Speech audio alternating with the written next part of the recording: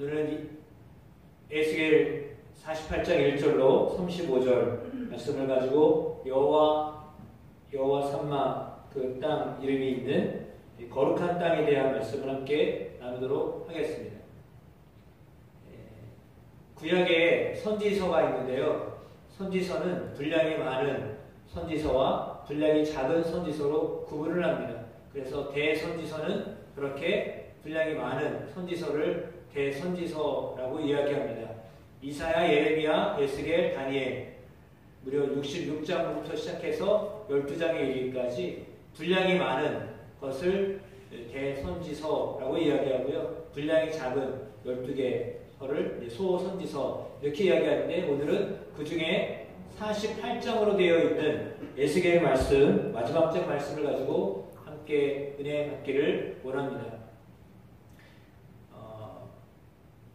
다 비슷한 시기에 활동을 했던 선지자들인데요. 지역은 다릅니다.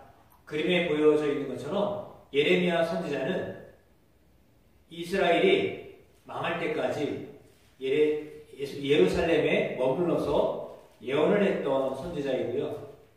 에스겔과 다니엘은 포로로 끌려가서 바벨론에서 예언을 했던 선지자들입니다. 동시대의 선지자들이지만 아마도 예레미야 선지자가 나이가 더 많고요. 에스겔과 다니엘은 비슷한 또래인데 다니엘이 아마도 좀 더 젊을 것 같습니다. 그런데 다니엘은 어떤 인물이 됐나요?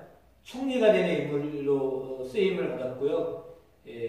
그러면서 이제 선지서가 나오고, 에스겔은 사실은 제사장 계열의 제사장입니다. 그런데 포로로 끌려갔고 거기는 성전이었고 하였기 때문에 선지자로 부름을 받은 사람입니다. 그래서 어떻게 보면 그냥 평민처럼 그렇게 활동을 했던 사람 가운데 한 사람이 에스겔 선지자입니다.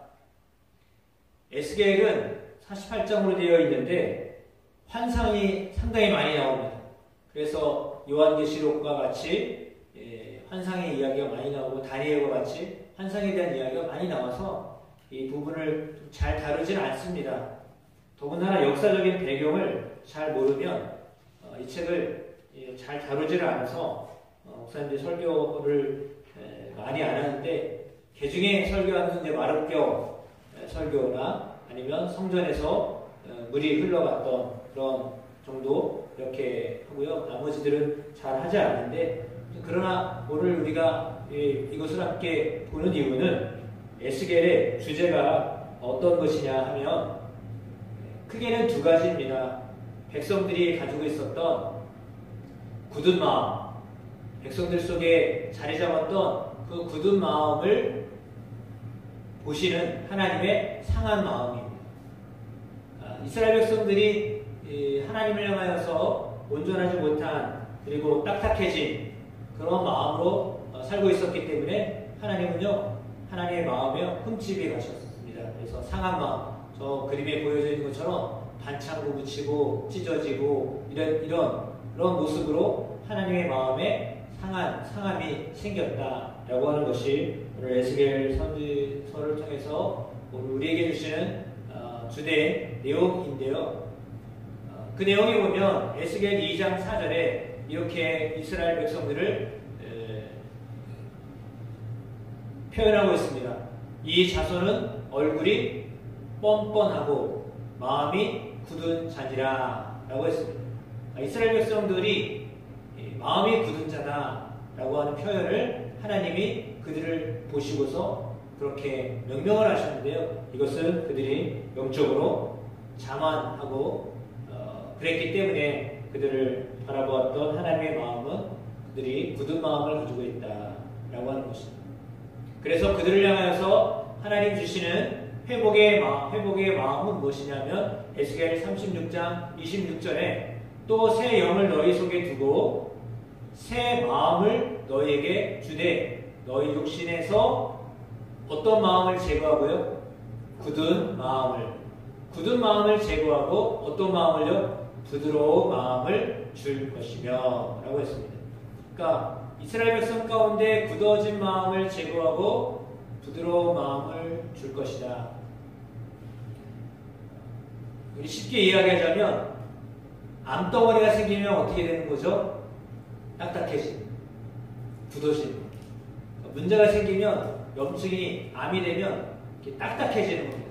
마치 이스라엘 그 백성들의 마음이 그렇게 딱딱해졌다는 거예요. 살 수 없을 정도로 그런 상태가 된 거죠. 이제 죽을 날이 얼마 남지 않은 사람의 모습처럼 그런 모습이 되어 있어서 하나님이 그런 마음을 바꾸시려고, 회복시키시려고 누구를 보내시겠다? 새 영, 성령을 보내시겠다라고 하는 말씀이 에스겔서의 주된 내용이다라고 볼 수 있겠습니다. 말씀드린 대로 26살에 포로로 바빌론에 끌려가게 되었습니다. 그리고 30살에 선지자로 부름을 받았고요. 50세에 새 성전에 대한 이상을 보게 되었습니다. 원래 50세는 제사장이 50세가 되면 은퇴해야 될 나이예요. 근데 그 은퇴해야 될 나이에 하나님이 그를 들어서 쓰셨다라고 하는 내용입니다.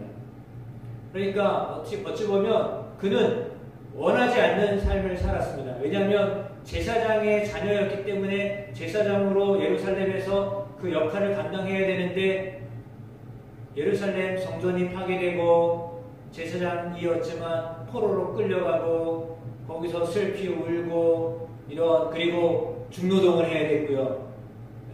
바빌론이라고 하는 나라에서 포로로 끌어갔던 이유는 사람들을 쓰려고 한 거거든요. 노동력을 착취하려고 했던 겁니다.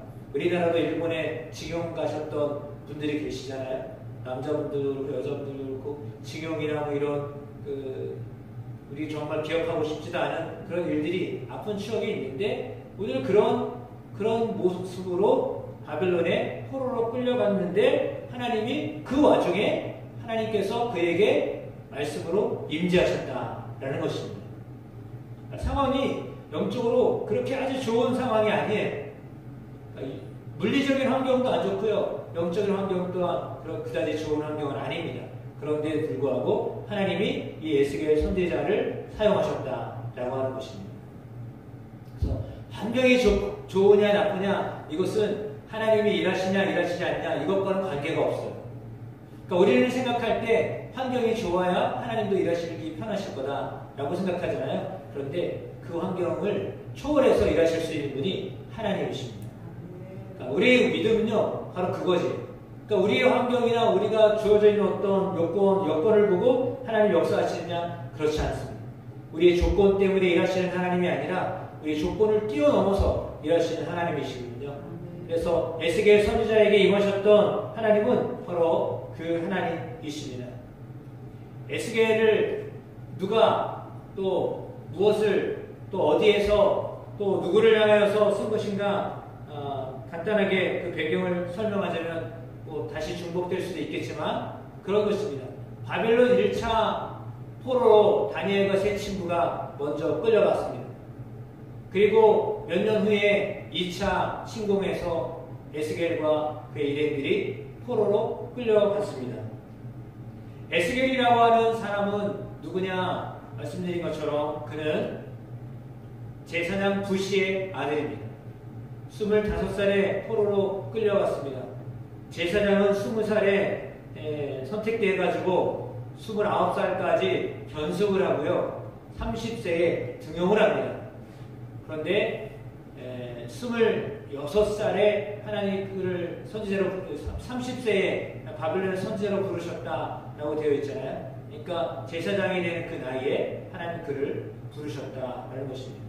그러니까 물론 아까 말씀드린 것처럼 26세에 끌려갔습니다. 그러니까 5년 만에 바벨론에 가서 중노동하고 힘들고 어려운 상황 속에 있음에도 불구하고 하나님이 30살에 제사장으로 등용될 그 나이에 하나님은 선지자로 그를 부르셨습니다. 그러면 어디서 하나님의 말씀을 받았느냐? 갈대아 땅입니다. 그렇죠? 여호야긴 왕이 사로잡힌 지 5년 그달 초닷새라라고 했습니다. 갈대아 땅 그발 강가에서 여호와의 말씀이 부시의 아들 제사장 나 에스겔에게 특별히 임하고 여호와의 권능이 내게 있느니라 라고 했습니다. 바벨론에서 하나님의 말씀이 임했다라고 합니다. 궁전을 짓기 위한 모욕의 장소였습니다. 그런데요, 그곳에 하나님이 에스겔 선지자에게 말씀으로 임재하셨습니다. 시편 137편 1절에 우리가 바벨론의 강변 거기에 앉아서 시온을 기억하면서 울었도다 라고 하는 그곳에서, 그렇죠? 고향을 바라보면서 우리는 언제 다시 돌아갈 수 있을까? 지금 일하는 것도 너무 힘들고 어려운데 하나님 우리를 정말 결코 버리셨나? 이런 마음이 들었는데 하나님이 그에게 임하셨습니다. 그래서 그는 소명을 받았고 말씀을 전하게 되는데 무엇을 전하게 되냐면 유다가 심판을 받게 될 것이고 열방이 또한 심판을 받게 될 것이고 그러나 사랑의 하나님이 회복하게 하실 것이다 라고 하는 이 세 가지 전체적으로 심판과 회복에 대한 그런 말씀을 하시는데요. 무엇으로 그것을 말씀으로 심판과 회복에 대한 이야기를 풀어내겠다라고 하는 것이 오늘 에스겔 선지자의 선지서의 이야기입니다. 그럼 누구에게 이 말씀을 전했는가? 당신은 바벨론 포로 공동체에게 말씀을 전했습니다. 희망이 안 보이는 그들이었습니다. 아, 이제 돌아설 수 있을까? 돌아갈 수 있을까라고 하는 절망 가운데 있었던 그들이죠. 마치 마른 뼈의 어떤 환상에서 보여주고 있는 것처럼 그들이 이제 죽으면 끝이다. 우리가 이렇게 뼈 빠지게 고생하고 어렵게 힘들게 살다가 그냥 죽으면 우리는 아무것도 아닌 존재가 된다. 다 잊혀진 존재가 될 것이다. 라고 하는 그 바벨론, 그 공동체를 향하여서 하나님이 말씀하시는 겁니다. 아, 우리는 이제는 여기서 이렇게 끝나나 보다. 라고 하였던 그 바벨론 그 공동체를 향하여서 하나님이 말씀하십니다. 뿐만 아니라 예루살렘 공동체를 향하여서 말씀하십니다. 그리고 지금은 교회 공동체 또한 나에게 하나님이 말씀하시고자 에스겔 선지서를 우리에게 지금 말씀하고 있습니다. 구조는 바로 이렇습니다. 1장에서 24장까지 심판에 대한 이야기인데 심판은 어떤 것이냐? 1장에서 11장까지 성전에서 하나님의 영광이 떠나는 것으로 표현되어져 있습니다. 심판은 뭐라고요? 하나님의 영광이 떠나는 겁니다. 하나님이 동문을 향하여 동문 쪽에서 이렇게 임재하시는 것으로 되어 있거든요. 그런데 하나님이요 동쪽 무드로 나가셨어요. 떠나셨어요. 그래서 하나님의 임재가 하나님의 영광이 떠나셨다라고 하는 표현이 나와 있습니다. 그러니까 하나님이 떠난 게 심판이에요. 하나님이 함께 하신 것이 축복이고요. 하나님이 떠나신 것이 심판을 받는 겁니다. 그러니까 하나님이 우리와 함께 하신다라고 하면 그것이 복입니다.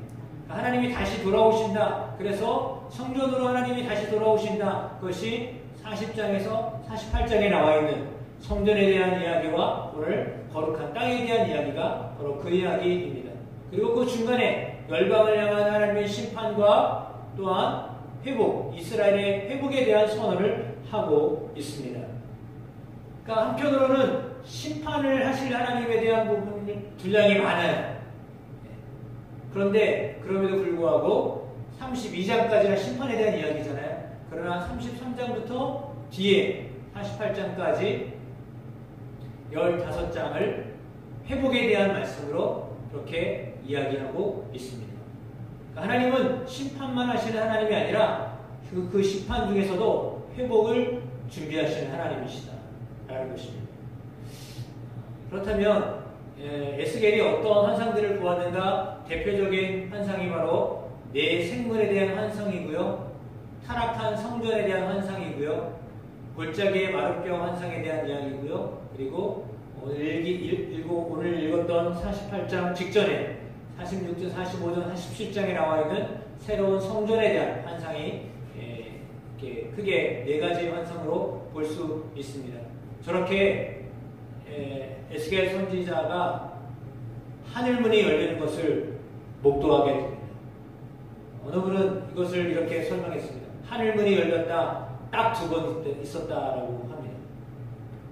에스겔 선지자에게 하늘문이 열렸다. 또 누구에게요? 예수님. 예수님이 무엇을 하실 때요? 세례 요한으로부터 세례를 받으실 때, 성령이 임재하실 때 하늘이 열렸거든요. 그러니까 하늘이 열렸다라고 하는 것은요, 하나님의 나라가 가까이 왔다라고 하는 의미도 있습니다. 네, 구약 시대에는 에스겔에게 하나님이 하늘문이 열리는 것을 보게 하셨고요. 그리고 신약에는 예수님께 하늘문이 열리는 것을 보게 하셨습니다. 그만큼 중요한 이야기를 하고 계시다라고 하는 것을 말해주고 있는 거겠죠. 저렇게 하늘문이 열려서요, 보게 됐습니다. 공중에 어떤 일들이 벌어지니까 천사가 있고요, 회전하는 어떤 것들이 보이고요, 저 밑에 오른쪽에 보이는 그 구덕 옆에 써 있는 거 언약궤잖아요. 그림. 언약궤와 같은 그룹, 천사가 날개를 이렇게 피고서 얼굴을 마주대고 있는 그 모습처럼 천상에서 그런 모습들을 하나님이 에스겔 선지자에게 보여주셨어요. 천상에 벌어질 일들에 대한 이야기들을 선지자를 통해서 하나님이 보여주셔서 희망이 있다라고 하는 것을 알려주신 것입니다. 예, 그렇습니다. 또 그런 천사들에 관하여는 그는 그의 천사들을 바람으로 그의 사역자들을 불꽃으로 삼으시느니라 하였으되 히브리서 1장 7절과 1장 14절에 모든 천사들은 섬기는 영으로 구원받을 상속자들을 위하여 섬기라고 보내심이 아니냐 이렇게 이야기하잖아요. 예, 천사는요 우리를 섬기기 위해서 온 존재들인데요. 천사들이 우리에게 무엇을 하려고 했을까요? 네, 그것은 바로 말씀을 전하려고 했던 것입니다. 똑같이 그 일을 이제 하나님은 에스겔 선지자를 통해서 하겠다고 말씀하십니다. 천사를 통해서 하나님 말씀하셨는데 이제는 에스겔 선지자를 통해서 말씀하겠다고 하시는 거예요. 그래서 에스겔 3장 17절에 인자야 내가 너를 이스라엘 족속의 파수꾼으로 세웠으니 너는 내 입에 말을 듣고 나를 대신하여 그들을 깨우치라. 하나님이 에스겔을 통하여서 그들을 깨우치도록 이스라엘 백성들을 깨우치도록 하나님 그를 파수꾼으로 세우셨습니다. 이 파수꾼은 그냥 외쳐야 되는 겁니다. 나팔을 불러야 됩니다. 악인이나 의인이나 모든 사람들이 그 나팔 소리를 듣고 깨어나도록 해야 합니다. 경고해야 되는 거죠. 전쟁이 있다, 어려움이 있다, 동원한다, 이런 사인으로 나팔을 부르는데 그것은 모든 사람들이 해당되어지는 그런 말씀이어야 된다라고 하는 것입니다. 그러니까 하나님의 말씀에 하나님께 귀 기울여 듣고 있는 사람이나 그렇지 않은 사람이나 누구에게나 다 하나님의 말씀을 전해야 된다. 그 사명을 하나님이 에스겔 선지자에게 주셨다라고 하는 것입니다. 그래서 에스겔 33장 6절에 그러나 칼이 임함을 파수꾼이 보고도 나팔을 불지 아니하여 백성에게 경고하지 아니하므로 그 중에 한 사람이 그 임하는 칼에 제거당하면 그는 자기의 죄악으로 말미암아 제거되려니와 그 죄는 내가 파수꾼의 손에서 찾으리라 라고 했습니다. 하나님이 우리에게 파수꾼으로 우리를 세우셨다면 하나님이 경고하라고 말씀하셨는데 그것에 대한 책임을 묻겠다라고 하십니다. 우리가 나팔을 불어야 되는데 나팔을 불지 않으면 그 책임을 누구에게 묻겠다고요? 하나님 우리에게 묻겠다고 하십니다. 복음을 전하라고 우리에게 말씀하셨는데 그 복음을 전하지 않으면 그 복음을 전하지 않아서 당하는 어려운 사람들의 그 책임을 누구에게 묻겠다고요? 하나님이요? 우리에게 나에게 묻겠다고 하십니다. 그래서 사람들이 듣든지 안 듣든지 상관없이요 복음을 전하라는 것입니다. 에스겔 선지자를 통해서 하나님 주시는 말씀은 바로 그것입니다.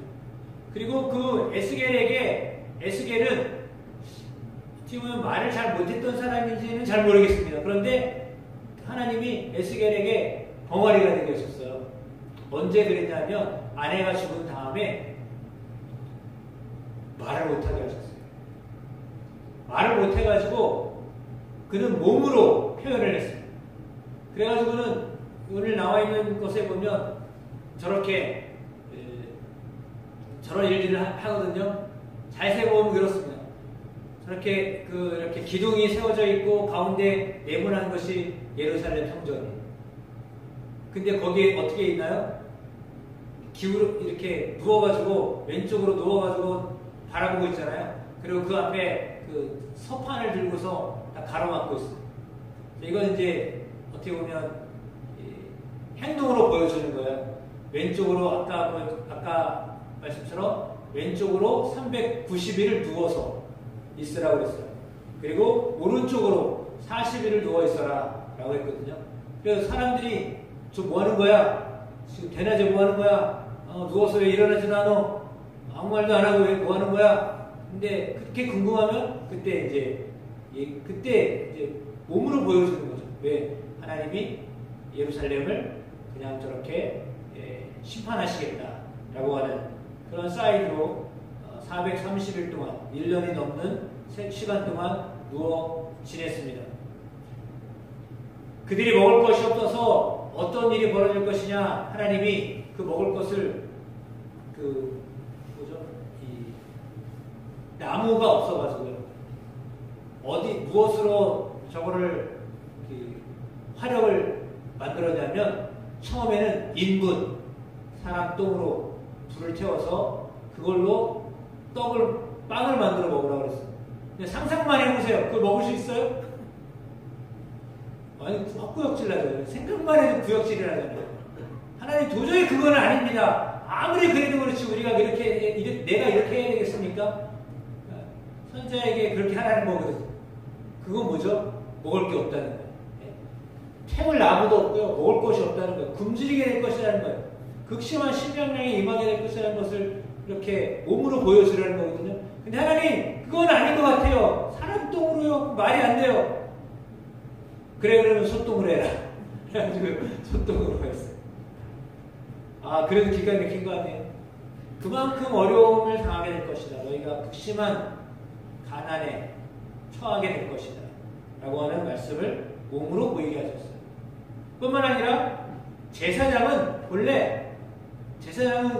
그 유대인들 제사장들 보시면 아시지만 이렇게 수염을 기르잖아요.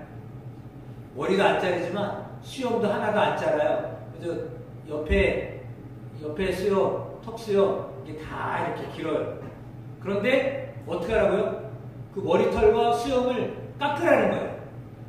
3분의 1은 불에 살고 3분의 1은 칼로 치고 3분의 1은 바람에 날려라 라고 했습니다. 그러니까 불에 타 죽을 것이나, 그렇죠? 3분의 1은 불에 타 죽게 될 것이고요. 3분의 1은 칼에 맞아 죽게 될 것이고요. 나머지 3분의 1은 열방으로 흩어질 것이다 라고 하는 그런 예언의 말씀을 몸으로 자기가 직접 자기 수염을 자르고 머리털을 깎아서 그렇게 하게 하셨어요. 그러면서 하나님이 에스겔 선지자를 통해서 말씀하셨던 가장 많이 반복되는 어구가 바로 그때야 그들이 내가 여호와인 줄을 알리라 라고 하는 말씀입니다. 그때야 그들이 내가 여호와인 줄 알리라. 너희는 아직 내가 누구인지 모른다. 내가 누구인지 알려줄게 라고 하면서 말씀을 하시는데 에스겔 7장 9절은 이런 말씀입니다. 같이 한번 읽어보겠습니다. 시작. 내가 너를 불쌍히 여기지 아니하며 긍휼히 여기지도 아니하고 내 행위대로 너를 벌하여 너의 거짓한 일이 너희 중에 나타나게 하리니 나 여호와가 때리는 이임을 내가 알리라. 하나님 어떤 하나님이요? 별로 말하고 싶지 않은 하나님, 때리는 하나님, 유일하게 나오는 하나님의 모습이에요. 때리는 하나님, 내가 너희의 행위대로 너를 벌하며 너희의 가증한 일이 너희 중에 나타나게 하리니 나 여호와가 때리는 이임을 내가 알리라.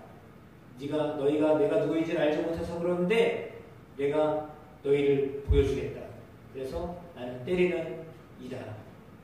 때리는 여호와이다. 나 여호와가 때리는 이다 라고 하는 것을 알려주겠다라고 하셨어요. 그래서 심판하는 하나님에 대한 모습을 보여주고 있습니다. 여호와 마케라고 하는 이야기예요. 때리는 하나님, 때리시는 하나님이죠. 그러나 물론 왜 때리시겠어요? 회복을 위해서 때리시는 것입니다. 네. 그리고 에스겔 선지자를 향해서는 인자야 이렇게 이야기했습니다. 그가 내게 이르시되 인자야 내 발로 일어서라. 또 그가 내게 이르시되 인자야 라고 했습니다.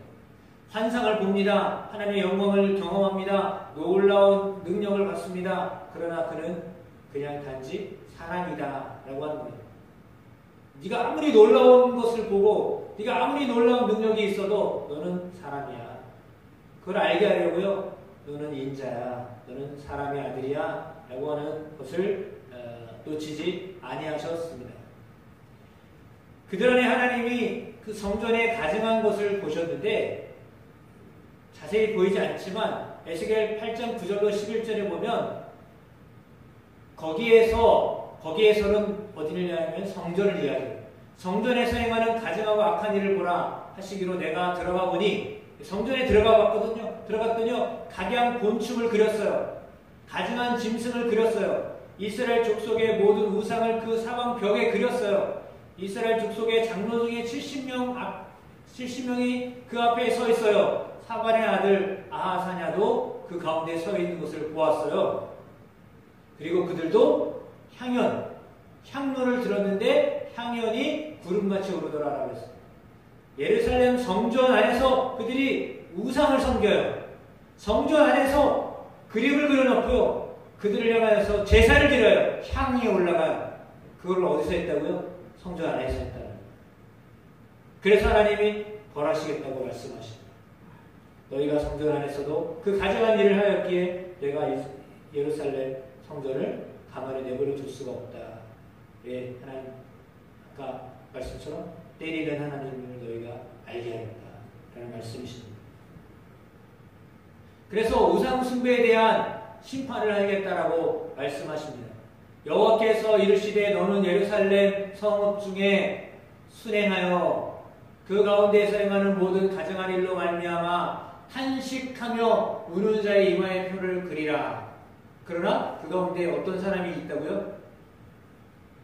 그 가증한 일 때문에 성전 안에서 우상 숭배하고 거기에 빠져있는 사람들 때문에 탄식하고 우는 사람들, 그들의 이마에 표를 해라. 마치 애굽에서 마지막 10번째 재앙을 어떻게 하셨나요? 하나님이 문설주에 어린 양의 피를 발라라. 그러면 그 집은 죽음의 사자가 건너가겠다라고 하셨던 것처럼 지금 너희 중에 그 우상 숭배하는 것을 보면서 탄식하며 우는 사람들이 있는데 그들에게는 그들의 이마에 표를 그릴 것이다. 그래 그들에게는 심판을 내리지 않겠다. 주님 그렇게 지금 말씀하고 있는 거예요. 남은 사람들이 있다. 그리고 와중에도 그렇게 우상 숭배가 가득한 그곳에서도 하나님을 향하여서 서 있었던 사람들이 있었다라고 하는 거예요. 그들을 구별해라 라고 말씀하시는 거예요. 그렇습니다. 오늘 우리가 이렇게 요한계시록 7장 2절로 3절 말씀처럼 또 봄에 다른 천사가 살아계신 하나님의 인을 가지고 해 돋는 데로부터 올라와서 땅과 바다를 해롭게 할 권세를 받은 내 천사를 향하여 큰 소리로 외쳐 이르되 우리가 우리의 하나님의 종들의 이마에 인치기까지 땅이나 바다나 나무들을 해하지 말라 하더라 라고 했습니다. 하나님의 사람들에게는 이마에 인치겠다라고 말씀을 했습니다. 그건 아마 성령을 통해서 인치시겠다고 하시는 말씀입니다. 성령으로 인치신 사람들은요 하나님이요 다 구원해내겠다고 말씀하십니다. 그것은 예루살렘 구약에 있었던 그 시대나 지금 이제 다가올 그 시대에도 역시 마찬가지입니다. 성령으로 인친 사람들을 하나님이 구원해내겠다고 약속하십니다. 그래서 에스겔 선지자를 통해서 하나님이 말씀하셨던 것처럼 하나님이 나가셨지만 하나님이 나가시면서도 안타까워서 계속 쳐다보셨던 하나님. 여호와의 영광이 성전 문지방을 떠나 그 그룹들 위에 머무르니 그 그룹들이 날개를 들고 내 눈앞에 땅에서 올라가는데 그들이 나갈 때 바퀴도 그 곁에 함께하더라. 그들이 여호와의 전으로 들어가는 동문에 머물고 이스라엘 하나님의 영광이 그 위에 덮였더라. 하나님이 하나님이 성전을 떠나가시는데 그냥 떠나가실 수가 없는 거예요. 한 사람이라도 살리고 싶으셔서 그룹 위에 머무르셨다. 동문에 머무르셔서 2번이나 머무르셨어요. 다시 돌아오는 거죠. 저들 중에 내가 구원할 자가 누군가. 다시 머물고 또 보셨다라는 거예요. 하나님의 마음은요. 구원하는 사람들에게 있어요. 구원하고자 하는 사람들 속에 있어요. 내가 저들을 보호하리라라고 하는 하나님의 마음이 있어요. 그 하나님의 마음을 알면 참 우리가 은혜 가운데 살게 됨을 믿습니다. 예, 하나님은 그렇게 노아의 후손들과 민족들 가운데 그렇게 이스라엘 사람들을 살리셨고 건지셨습니다. 환상을 보여주셨고 그 환상 가운데 저런 이야기들을 다 하셨거든요. 오늘 마지막 말씀을 우리가 함께 나눴죠. 읽었죠. 어떤 것에 대한 이야기요? 마지막 그림. 이건 성전에 대한 그림이고요. 이거 설명할 시간이 없을 것 같아요. 정리를 해야 되니까. 기둥이 저렇게 많습니다. 이 마지막입니다. 새 땅의 토지 구역을 설명을 하면서 오늘 마지막에 나와 있는 거예요. 땅을 분배하는데요. 다시 분배하는 거예요. 그래서 공정하게 똑같이 나눠주는 하나님의 모습을 회복하겠다는 거예요. 땅을 다시 분배하겠다는 건 뭐죠? 다시 시작하겠다라고 하는 의미예요. 희년에 지나면, 희년이 오면 원래 잃어버렸던 땅을 다시 찾게 되잖아요. 종으로 갔던 사람들이 다시 돌아오게 되잖아요. 그런데 마찬가지로 하나님이 이제 새 땅을 주겠다라고 말씀하신 이 마지막 말씀, 거룩한 땅을 너희에게 주겠다. 지파대로 똑같이 동에서 서까지 다 똑같아. 안에 성전이 있고 제사장이 있고 왕이 있고 뭐 이렇게 다 구분되어져서 거기는 아무도 손댈 수 없고 누구도 가면 안 되고 뭐 이런 이야기들까지 다 해서 어떤 골고루 공정하게 제사장의 땅도 있고 왕들의 땅도 있고 레위들의 속한 땅도 있고 그리고 평민 다른 지파별로 다 땅을 분배했습니다. 다 골고루 머물 수 있도록 하나님이 준비하신다라고 말씀하십니다. 하나님이요 다 예비하셨다는 겁니다. 요한복음 14장에 예수님이 내가 거처를 예비하러 간다라고 말씀하신 것처럼요 주님이 우리가 머물러야 할 땅을 예비하셨습니다. 예비해 놓으셨습니다. 저렇게 분배하셨던 것처럼 하나님 우리가 머물러야 될 땅을 준비해 놓으셨습니다. 그걸 믿음으로 바라보는 것입니다. 그러니까 여러분 안에 그런 거룩한 땅을 하나님 우리에게 주셨습니다. 그 거룩한 땅에서 거룩함으로 살아들여서 하나님께 영광이 되는 여러분의 삶이 되기를 주님의 이름으로 축복합니다. 그하기 전에 아까 말씀드렸던 것처럼 하나님 우리를 파수꾼으로 삼으셨다. 여호와 산마는 뭐냐면요. 마지막에 여호와 산마라고 그랬잖아요. 여호와 산마는 뭐라고요? 하나님이 거기에 계시다라고 하는 겁니다. 하나님이 어디에 계시다고요? 거기에 계시다. 어디죠? 바벨론 땅에도 계셨다라고 하는 겁니다. 그들이 고난 속에서 고통 속에서 희망이 안 보이는 캄캄한 시대를 살고 있는 그래서 막 눈물만 나오고 정말 어떻게 살아야 될지 모르는 그 순간에도 하나님이 거기에 계셨다라고 하는 것입니다. 그리고 그들에게 내가 땅을 다시 주겠다라고 말씀하십니다. 너희가 그 땅이 아니라 바벨론 거기가 아니라 새 땅을 너희에게 줄 것이다. 그리고 거기서 너희가 나와 나를 경외하게 될 거야. 그 얘기를 좀 말씀하고 있는 거죠. 하나님 그런 은혜들을 또 우리에게 허락하여 주심을 믿습니다.